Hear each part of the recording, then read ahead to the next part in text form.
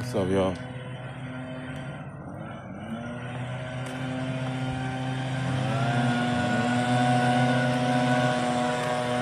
I'm gonna let this noise pass real quick before I start my conversation.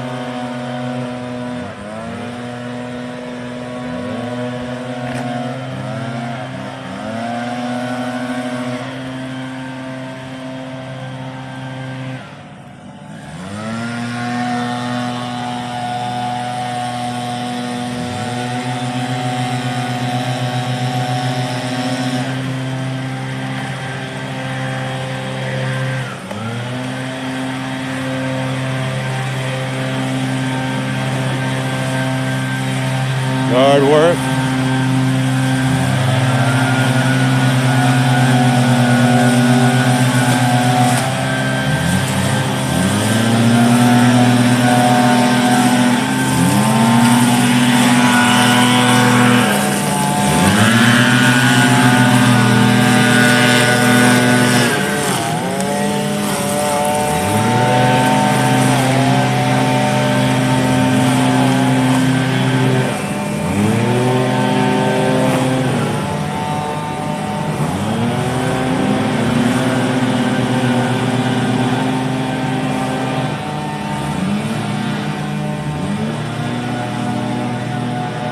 What's up, man?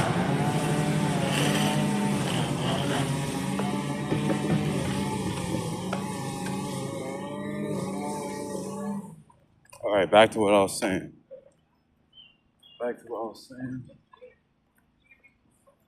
Oh, this car messed up. All right, so you see how they was doing yard work? You see how they was doing yard work? They was doing yard work because they paid to do yard work, right? And one thing yesterday taught me was that the American payment will have us enslaving ourselves. How many people do that much yard work for themselves with that much tools and, you know what I'm saying? They don't, because the payment is within. That's not good enough. They need money. They would rather exchange their energy for their money, even though money is lesser than energy.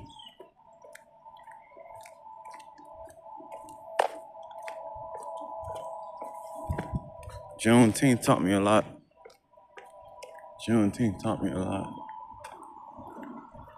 I realized, one,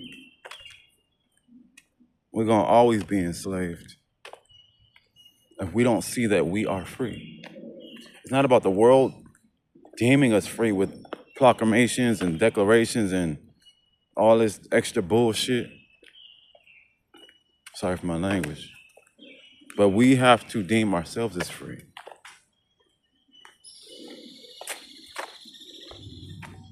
How you doing? We have to deem ourselves as free. I live in Atlanta, Georgia at the moment. And I'll tell you, this is one of the most enslaved, mentally enslaved places I've ever. You know what I'm saying? Hold on. Divine.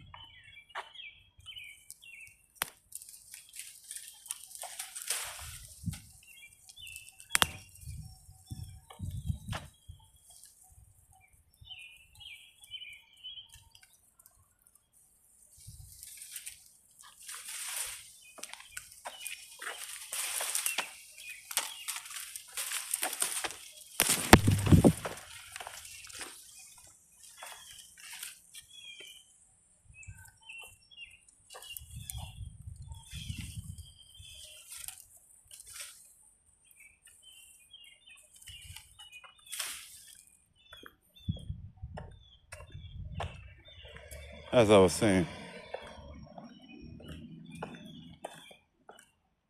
even though everything is spiritual, at the end of the day,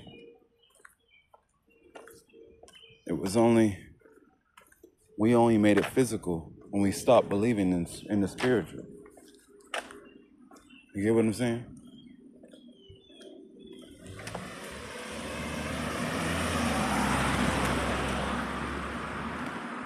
We made it as such. And we gotta move different now. We gotta move different now. It taught me so much yesterday. Juneteenth taught me so much. It taught me that we only got one more shot, one last shot. Otherwise, it's more enslavement and damnation. We got one more shot. In Atlanta, unfortunately, but fortunately gave me the insight that I needed. It's like sometimes you gotta see the ugly side of life to want to be in the beautiful side of life. You gotta be in the ugly relationship to seek and desire, the fruitful one. And, being in Atlanta for 4.5 years, I knew in my heart, I was like, okay, God, I see what you're doing. Because I would have never chose not only the South, because I don't really like the South, but I would never have chose this country bumpkin place. Out of all the places that I've been in, I would have never have chosen Atlanta. And God knows that. So he typically places you in places that you would have never wanted to genuinely go in the first place. Even though the houses are bigger, what I'm saying, you get more land, you get more job opportunities. This is all slave stuff. The houses are bigger because they're cheaper. The land is bigger because not all the land is fertile. The jobs are more because they're paying you to work more slave hours. So it's like everything that you think is a come up is really just another hamster wheel, but Southern. If I only knew what I knew now, 4 years ago, I'd have been out of, I'd have moved mad different. I would probably, I know God does that on purpose. He will never allow you to know things too early because you won't behave and become the individual that you're meant to, because you'll be moving on your intention will be slightly skewed because you know too much too early. But yeah, Juneteenth taught me a lot. Atlanta taught me a lot. The South taught me a lot. And let me re-say that, because when I was in Tennessee, I liked Tennessee. When I was in Florida, I liked Florida. Hey, doggy, what's going on? Always some loud dogs.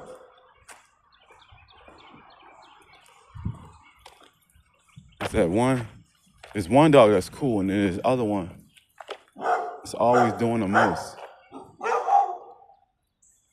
They need some friends.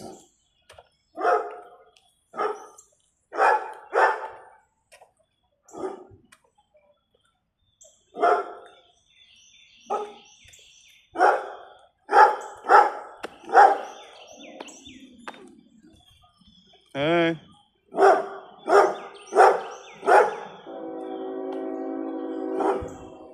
That big one don't got no friends. He's too aggressive. The little one cool, but the little one too shy.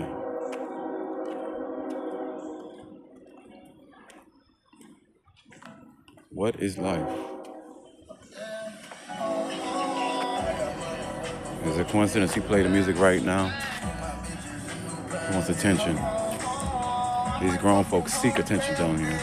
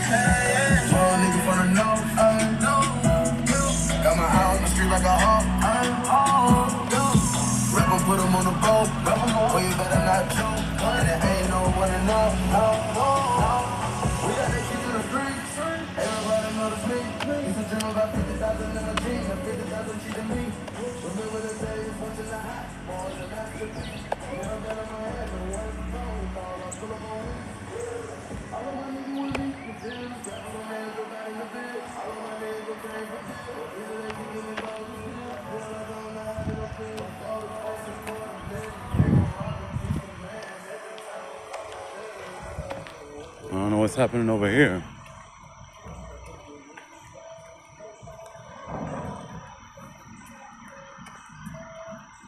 I need to get out of here. But let me be grateful. Let me be grateful.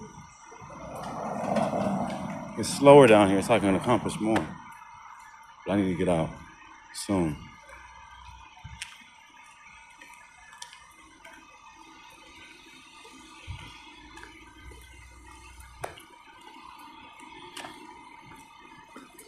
But let me say this. Let me say this.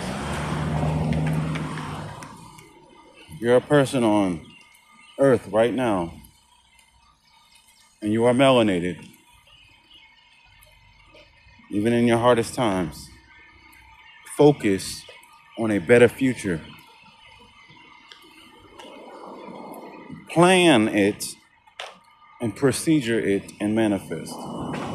Because once you plan, once you prepare, the procedure isn't as difficult. If anything, it comes so easily.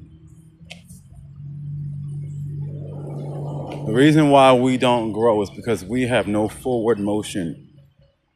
We don't have a collective plan. We're so busy trying to assimilate, we're forgetting that we have no plan. Plan for what? Do we want to fight feminism? Do we want to fight the gays? Do we want to, like, what war are we fighting? The system gives you wars to fight and you jump on the agenda. All along, you had a fight for yourself. You didn't got so many fights on the ballot. What about your freedom? Is that not good enough? Y'all done fought for the abortion, fought for the women, fought for the gays, fought for the trainees, fought for the buys, fought for the, you know what I'm saying? The Israel, fought for all this. Focus on yourself. Free yourself first and then start helping others fight. That's why niggas is niggas. And that's what the white man want. And I can't even be mad. That's actually a very good plan. Is it evil? Yes. Diabolical? Yes, but it works. Confuse the people enough. Confuse the melanated man enough. It don't matter if you're in Africa, indigenous, Western American. Confuse them enough. And they'll enslave themselves. You won't even have to do nothing. You sit back drinking a little Budweiser, chilling. Keep procreating. But God's will always remain supreme. So it don't even matter. But like I said, Juneteenth taught me a lot. It taught me about how deep in the gutter we are and how much of our ego we're going to have to shed away to become new. Because there's no reforming a nigga. You either can kill him off and recreate yourself or just be accepting for the fact that this is what you are. You're just going to be a slave and a bottom feeder your whole life. And don't try to change it. Become it. If that's what you are, become it. Otherwise, fight against it forever until you remain free. Forever. Talk to y'all soon.